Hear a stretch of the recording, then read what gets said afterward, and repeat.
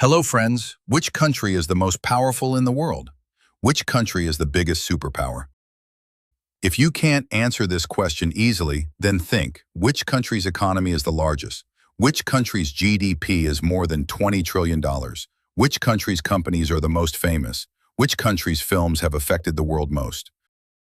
Which country has won the most Nobel Prize?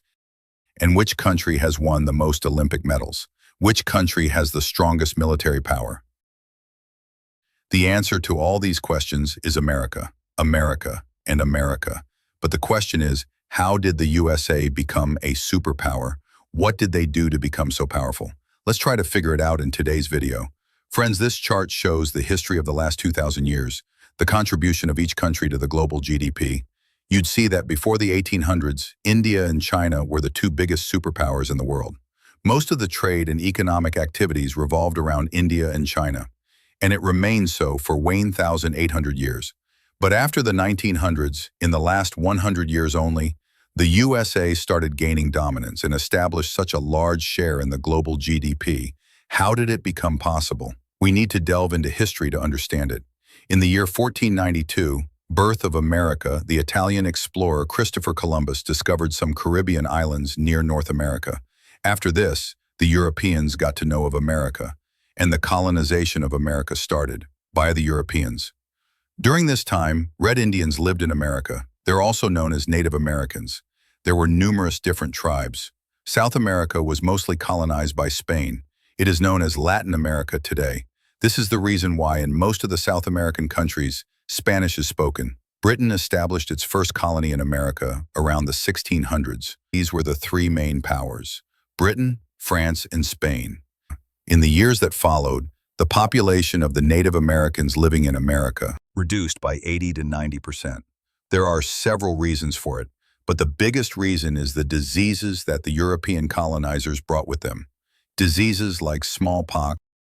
On 4th July, 1776, the American revolutionaries declared their independence from the Britishers, and thus America became a new country. Here, the United States of America was born. How American flag got 50 stars.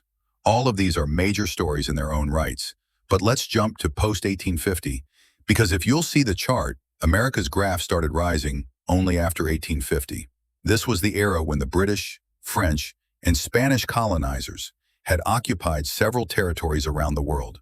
India was also a colony of the British Raj. In this circumstance, the country of the USA had already become a democratic country. So if any new country thought about amalgamating with the USA or becoming a part of the British, French, or Spanish colonies, every country would have preferred to join the USA because they would get the same freedom and democracy that several states of the USA were starting to get. This is why the states like Florida, Illinois, and Ohio preferred to join the United States of America. Instead of remaining a colony under the Spanish or British government, in 1836, Texas was a state that got its freedom from Mexico, but Mexico was still tormenting them so much that they chose to join the USA. Similarly, the states, one after the other, kept on joining the USA, and the United States of America kept on growing. Every state had a reason to join the USA. But don't mistake America to have been completely harmless. It was a democratic country, sure, but America's intention was to expand its territory as much as possible. For this reason, in 1867, the Alaskan territory was bought by America from Russia at the price of $7.2 million. There's also the state of Hawaii. It's in the middle of the Pacific Ocean. Today, you'd think that the territory is so far from the USA. How can it be a part of the USA? Because the USA annexed it. Over this in a Momo Street of Helong. In 1898, the USA overthrew the Kingdom of Hawaii and occupied its territory. Theoretically, the USA was not a colonizer like Britain, France, and Spain, but it sure behaved like them. If seen from the perspective of some places, the areas of Puerto Rico, Guam, and the Philippines were also annexed by the USA in 1898 by the U.S. President William McKinley. The USA paid $20 million to Spain to annex the Philippines, but today the Philippines is an independent country because in 1946, the Philippines got its independence from the USA. All that money wasted, by the 1900s, the USA had become a large country. Numerous territories were a part of the USA, and obviously, the bigger the country, the bigger is the economy and the GDP.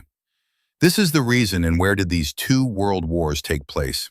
In Europe, France, Germany, the UK, Spain, Italy, they were all fighting among themselves in the two world wars, and the USA was sitting on the sidelines. Even though the USA had participated in the world wars, it supplied weapons to these countries. The wars weren't on the USA's territory. Numerous American soldiers died in the world wars, but economically, the USA wasn't adversely affected. In fact, the USA was the only country to have profited from the world wars. They sold so many weapons to Germany, France, and other European countries that they made a net profit. And the countries like the UK, Germany, and France were totally devastated. It wasn't that the USA had tried to take undue advantage of all the devastation. It was merely a matter of chance that the USA was making profits during the world wars. When the wars started in the European countries, the Europeans felt that their currencies would lose their values and that their economies would crash. And so, to protect their wealth, they decided to buy the US dollars. Because the US dollar was a stable currency and America was a very stable country during the world wars. So a lot of people bought US dollars. USA profited from the world wars, and the value of the US dollar rose a lot. In 1944, when World War II was at its last stage, 44 Allied countries came together and decided to keep their currencies stable, to link their currencies to the US dollar. And the US dollar would be linked to gold. And obviously, the Allied countries won World War II, and the US dollar became the international currency.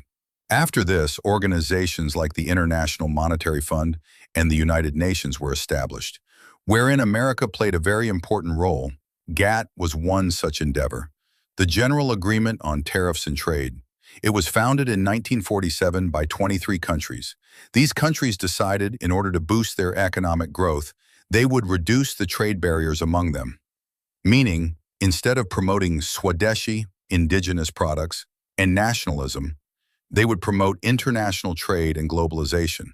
This was later made into WTO in 1995. After 1950, America and the Soviet Union emerged as the two main superpowers. And here began the Cold War. The war between the USA and the Soviet Union is known as the Cold War. This was an ideological war between communism and capitalism. But instead of fighting directly, they had a proxy war. Instead of fighting in their own countries, they started fighting in other countries. We also offer in consequence that we will be a communism. In their hear of the communism, patronize in the communism. In the countries where the USA thought that communist ideas were gaining traction, it went and toppled governments, sometimes by monetarily funding the opposition, sometimes by funding terrorist rebel groups, sometimes even directly assassinating revolutionaries, like in the 1964 Bolivian coup, where Che Guevara was executed by the operatives of the CIA. In Operation Cyclone, the Taliban militants of Afghanistan were funded to stop the influence of the Soviet Union, and that's the reason terrorist groups were created here. Similar stories were seen in Brazil, Chile, Argentina, Iran, Congo, Dominican Republic. There are several other examples from these countries.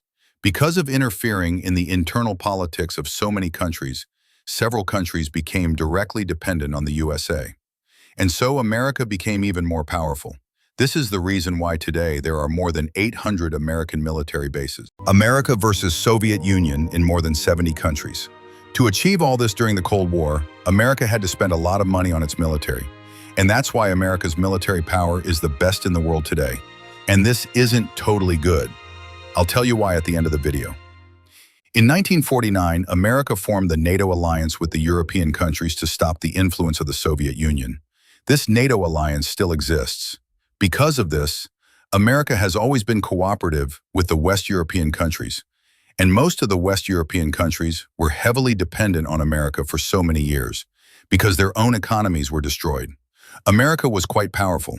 To blame the entire country for these adverse effects wouldn't be right, because numerous presidents were sworn in the USA. Some of these presidents focused on military power, like Ronald Reagan, Richard Nixon, George Bush, and Donald Trump. On the other hand, some presidents focused on forming peaceful alliances, and they weren't too interested in the military. Because of them, the country has grown peacefully.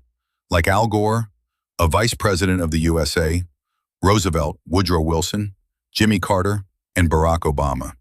Woodrow Wilson was the president of the U.S. who decided to keep America out of World War I, and he interfered in 1917, only when it was evident that the war would end with America's interference. He formed the League of Nations. It was an international body like the United Nations, established before the United Nations, in an attempt to bring peace to the whole world. During the Cold War, the world map looked like this. Nearly every country had teamed up with either America or with the Soviet Union. So it wasn't surprising when nearly all the countries had chosen to team up with either of the countries. Both the countries grew much more powerful. Both the countries became superpowers. After the 1990s, when the Soviet Union was disintegrated, there remained, obviously, only one superpower in the world. That was America. All these reasons were geopolitical, peace efforts. But there were other internal reasons as well, because of which America could become such a powerful superpower. One such internal reason is that the American policies always attracted talent. It attracted good immigrants to their country. There are so many examples of this, and these reasons are valid even today. Think about it. Kalpana Chawla, Sunita Williams, Satya Nadella. How many such Indians became successful after going to America? Albert Einstein, a German, became popular after going to America. Elon Musk, a South African, came to America and became so successful. America's policies and its culture encourages talent, promotes innovation. But even after becoming such a powerful superpower, friends, what is the ground reality of a common American? The home ownership rate in America was only 65.8% in 2020. Fall of USSR. More than 30% of Americans do not own houses. America is one of the most unequal countries in the world. The top 1% of the people own 42.5% of the country's wealth. The healthcare system of America is very expensive and inadequate. The obesity levels have reached unthinkable highs in America. Many students can't afford their college tuition fees. A college education is so expensive in America that the student debts are in millions. Attracting the best talent, additionally, there are no proper gun laws in America. More than 600 mass shootings took place within a year in America in 2020. More than 3,000 people died because of it. Instead of spending so much on the military, had America spent the money on the development of its citizens, being a superpower might have meant something. Today, the countries like Norway, Denmark, Sweden have surpassed America by a lot in terms of human development. But these countries are not known as superpowers. It may be because these countries aren't as powerful economically. Their military isn't as powerful. But for a common man to live his life is better in these Nordic countries in comparison to living in America. Ground reality of America. If there is any lesson in this video, it will be that a country should not strive to be a superpower. It should focus on making itself better. It should focus on improving the lives of its citizens. Let the dream of being a superpower remain that, a dream. I hope you liked this informative video. If you liked it, then comment below. What other topics would you like to see videos on? Let's meet in the next video.